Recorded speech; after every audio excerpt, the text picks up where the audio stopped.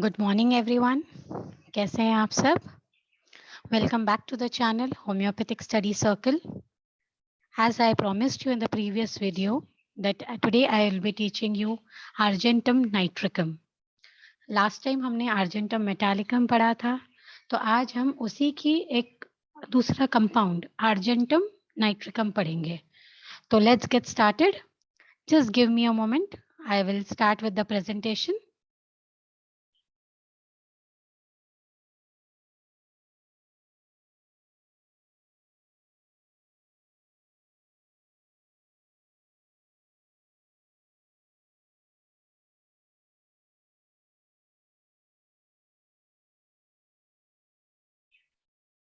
I hope the presentation is clear. दिख रही है सबको? ठीक है. Let's get started. Argentum nitricum. ये क्या है? Silver nitrate. It's a compound when combined with silver when combined with nitrate. It is a compound that is formed is called Argentum nitricum. ठीक है? Go on to the next slide. It is a mineral kingdom remedy, compound of silver and nitrate. It is commonly known as nitrate of silver. This remedy was first proved by Dr. Hahnemann. अब इसके causative factors या ailments from acute or chronic diseases from unusual or long continued mental exertion. तो बहुत लंबे समय से कोई बंदा स्ट्रेस में है, मेंटल एक्सर्शन में है, ये उसका एलिमेंट फ्रॉम है. एप्रीहेंशन. एप्रीहेंशन यानी कोई चीज की बहुत ज्यादा फ्यूचर की फिक्र, क्या होगा आगे, क्या होगा आगे, क्या होगा, ये उसका एलिमेंट फ्रॉम है. फियर, डर. ईटिंग आइस एग्रेवेट्स और causes trouble. Mental exertion and worry. ये हमने पहले भी देखा कि मेंटल एक्सर्शन के इसका एलिमेंट फ्रॉम है. हमेशा ये बंदा स्ट्रेस में होता है, हमेशा इसको कोई ना कोई फिक्र होती है. इफेक्ट्स ऑफ ओनानिज्म, ये हमने आर्जेंटम मेटालिकम में भी पढ़ा था. ये एलिमेंट फ्रॉम सिल्वर ग्रुप का है. ठीक है. Effects of masturbation. अब इनके एग्रेवेशंस क्या है? This remedy gets aggravated in warm room, fire, summer, warmth of bed, warm drinks इनको एग्रेवेट करता है. थिंकिंग इंटेंसली, बहुत ज्यादा फिक्र में रहना, बहुत ज्यादा सोचना एग्रेवेट करता है. Sweets eating after. स्वीट्स में भी हम आगे पढ़ेंगे, स्पेशली शुगर. शुगर एग्रेवेट्स. मीठा इन्हें खाने के बाद इनको तकलीफ होती है. Aggravated from emotions.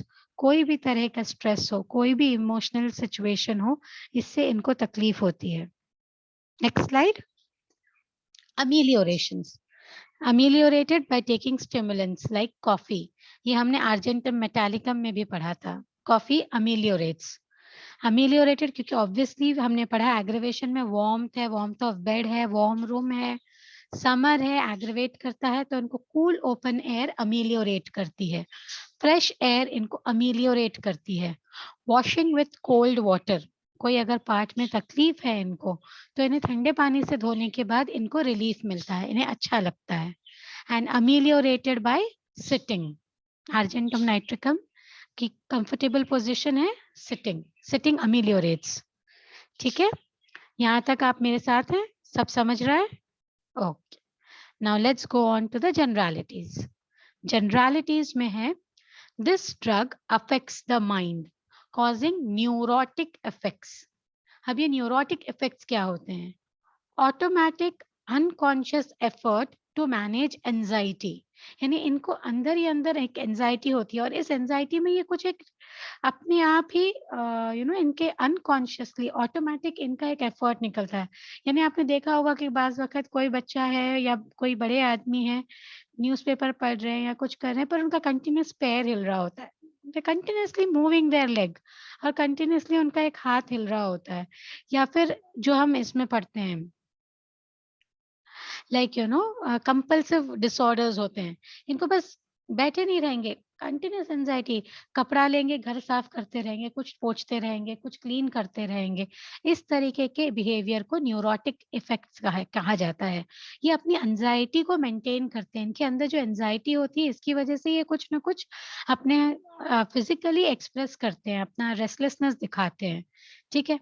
It's action is on cerebrospinal nerves producing incoordination, loss of control, loss of balance mentally and physically. तो इनको एक सेंस होता है कि इनका बैलेंस छूट रहा है मेंटली भी और फिजिकली भी। Hysterical, nervous person. Emaciation is progressive, यानी वेट लॉस होते रहेगा और ये प्रोग्रेसिव इमेसिएशन है, हमने ग्रेजुअली इनका वेट लॉस होता रहेगा और एकदम थिन हो जाएंगे।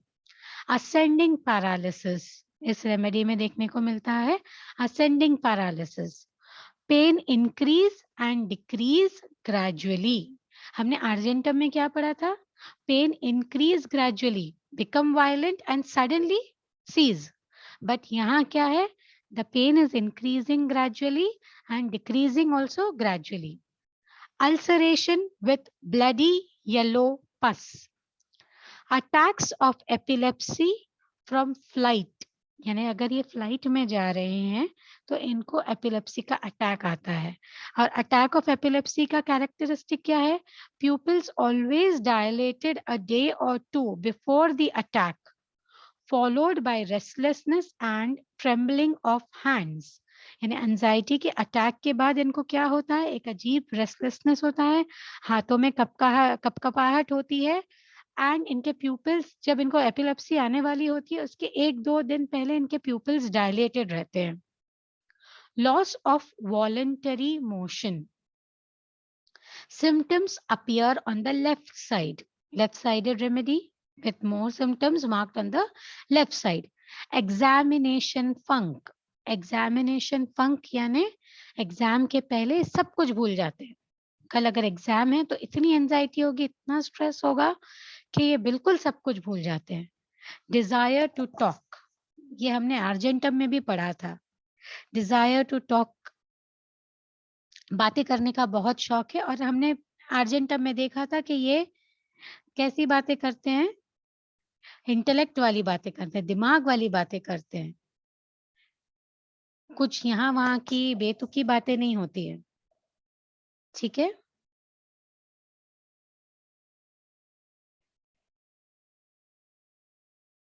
नाउ नेक्स्ट, मेंटल जनरल्स, अभी इनके माइंड का स्टेट हम समझेंगे। दे आर टॉर्मेंटेड, यानी एकदम तकलीफ में रहते हैं ये, by strange ideas and emotions. Nervous, impulsive, hurried, yet timid and anxious, यानी बहुत नर्वस होते हैं, हर बात में नर्वस होते हैं, हर बात में इनको एंजाइटी होती है। इम्पल्सिव होते हैं, एकदम झटके से कुछ काम करेंगे, एकदम स्पॉन्टेनियसली काम करेंगे। हरीड, इनके बिहेवियर में आर्जेंटम में भी देखा था, काम में बहुत हरी है इनके, गड़बड़ गड़बड़ वाला काम है, फास्ट काम करना है इनको। येट टिमिड एंड एंशियस, पर उसी के साथ में ये लोग डरपोक भी होते हैं और इनको घबराहट भी रहती है। फियरसम मीटिंग, मतलब कोई मीटिंग हो, कोई इवेंट हो, उसके पहले बहुत घबराहट रहना, बहुत डर रहना। फियर ऑफ इम्पेंडिंग ईविल, कि कुछ खराब होने वाला है, कुछ इविल होने वाला है, मेरे साथ कुछ बाहर निकलने से पहले उनको लगता है कि कुछ गड़बड़ हो जाएगी, कुछ खराब हो जाएगा। फियर ऑफ क्राउड, एक क्राउड का डर होता है इनको, घबराहट होती है अगर ये ग्रुप में जाएंगे, क्राउड में जाएंगे तो। passing a certain point in the sense like इनको एक फिक्स्ड इनके माइंड में एक कॉन्सेप्ट है कि ये ब्रिज पे से नहीं जा सकते या ये स्टेज पर नहीं जा सकते, तो उस पॉइंट पर उनको डर लगता है, वो चीजों पे उनको डर लगता है। Fear high buildings, fear of dark. Falters in speech, यानी बात करते वक्त थोड़ा सा ये थरथराएंगे या थोड़ा सा इनको झिझक होगी बात करने में। Impulse to jump when crossing a bridge or from a window, अभी यहाँ एक थोड़ा सा सुसाइडल टेंडेंसी देखने को मिलता है आर्जेंटम नाइट्रिकम में। ये मैं आपको आगे एक्सप्लेन करूंगी कि ये ऐसी क्यों आती है, क्योंकि इसमें एक नाइट्रिक एलिमेंट है जो मैं आपको बता रही थी आर्जेंटम मेटालिकम में, कि मैं आपको जब आर्जेंटम नाइट्रिकम बताऊंगी तो नाइट्रिक एलिमेंट का कैसे इफेक्ट होता है रेमेडी पे इसके कंपाउंड में, वो हम समझेंगे नेक्स्ट स्लाइड में। ठीक है, अब नेक्स्ट है believes that he is डिस्पाइज्ड by his family, that all his undertakings will fail. इसे लगता है कि इसकी फैमिली कि जो भी इसने रिस्पॉन्सिबिलिटीज ली है, जो भी इसने काम शुरू किया है, वो इसका फेल हो जाएगा। ठीक है,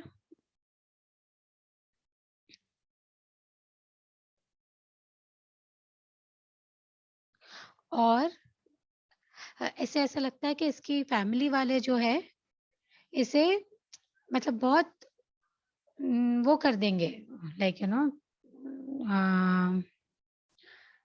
गिल्टी फील कराएंगे, या फिर एक हम क्या कहते हैं इसको, बहुत तकलीफ देंगे इसकी फैमिली वाले अगर इसने मतलब इसकी फैमिली के ये जो भी इसने काम करने हैं ये नहीं कर पाया, तो इसके सारे यानी he is not worth noticing. Despise is actually इसको कोई नोटिस नहीं करेगा, इसकी कोई नोटिस नहीं करेगा। जैसे हमने कहा था कि अर्जेंटम बहुत शोई मेटल है, वो शो कर करके अपने आप को दिखाना चाहता है, और यहाँ उसको क्या फील होता है कि अगर ये अभी शो नहीं कर पाएगा अपनी चीजें। ठीक है, melancholy, everything seems changed, time passes slowly, wants to do things in a hurry, must walk fast. वक्त ऐसे लगता है ऐसे बहुत स्लो जा रहा है, उसको काम फास्ट फास्ट करना चाहिए, एंड चलता भी है बहुत फास्ट है, must walk fast. Weeping says he is lost beyond hope, जब ये रोएगा तब ये सोचता है कि कंप्लीटली इसकी होप बिल्कुल चली गई है, एक बहुत लॉस्ट है person, completely remains in bed. ठीक है, तो अब हम देखते हैं कि ये kingdom wise, mineral kingdom wise और कंपाउंड वाइज ये कैसे इफेक्ट होता है। तो हमने पढ़ा था कि theme of argentum metallicum is show, उसे दिखावा पसंद है, उसे अपने आप को प्रेजेंट करना पसंद है, it is a showy element.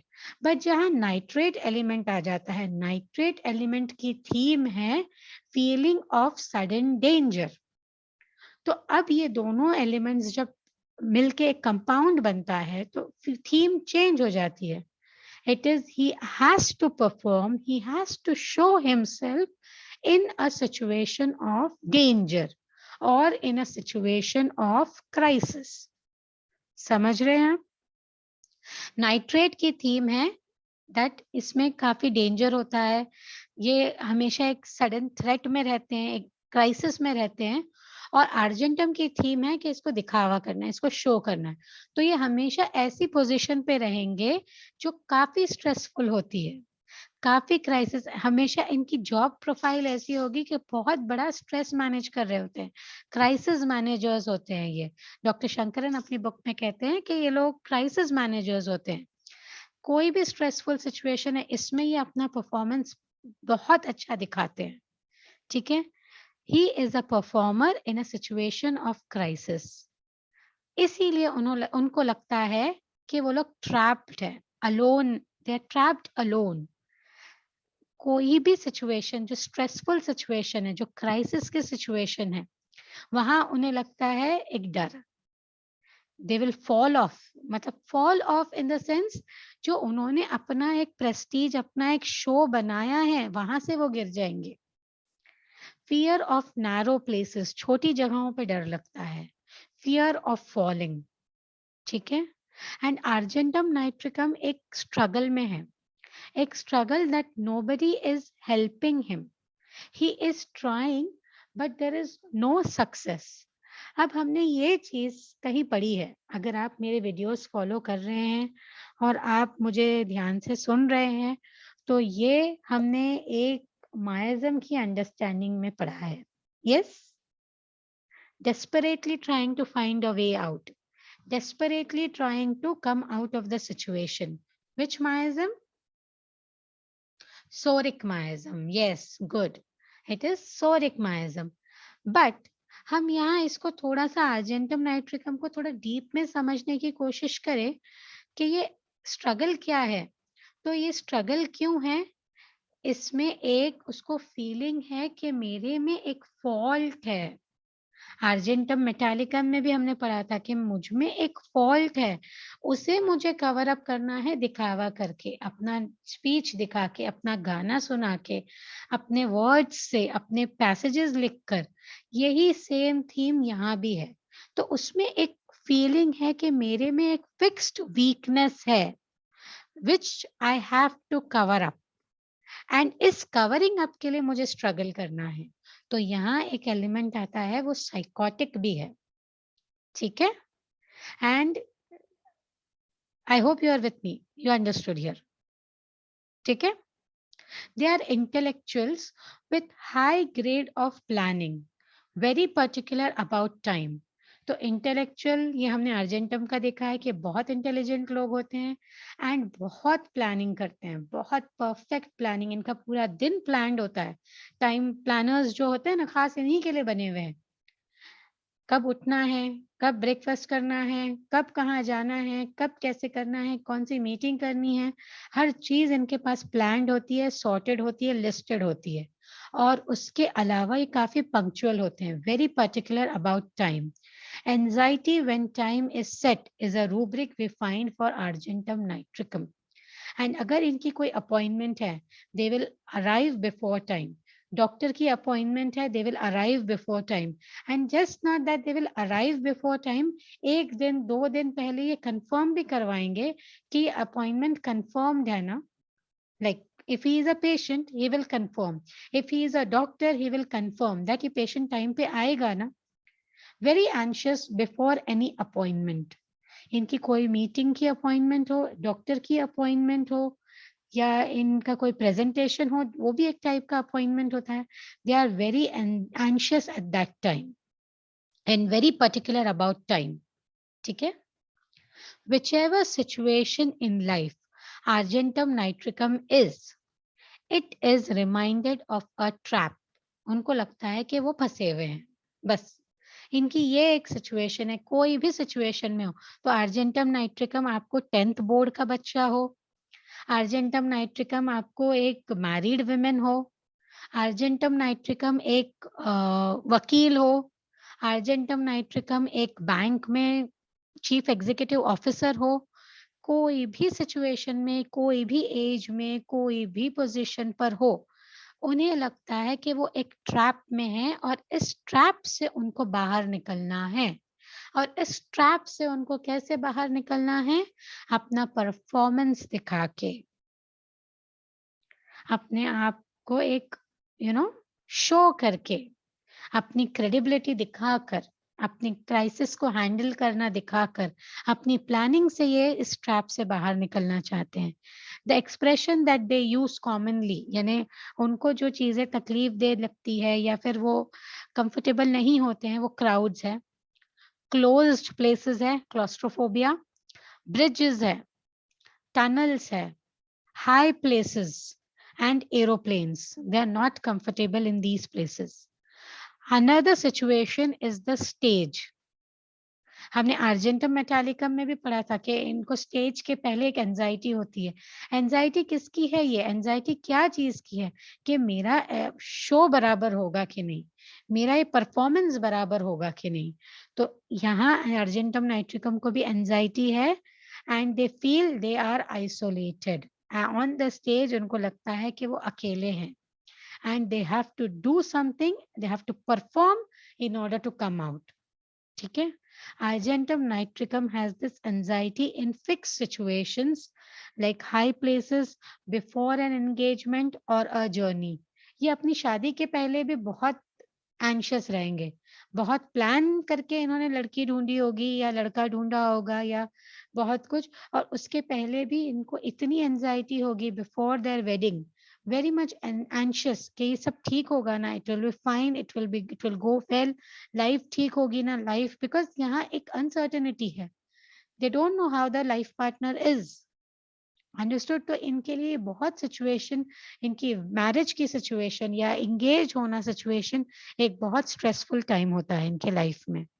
ठीक है, अभी फिजिकल पर्टिकुलर्स में हम पढ़ते हैं कि काफी इंपॉर्टेंट रेमेडी है ऑप्थेल्मिया नियोनेटोरम के लिए।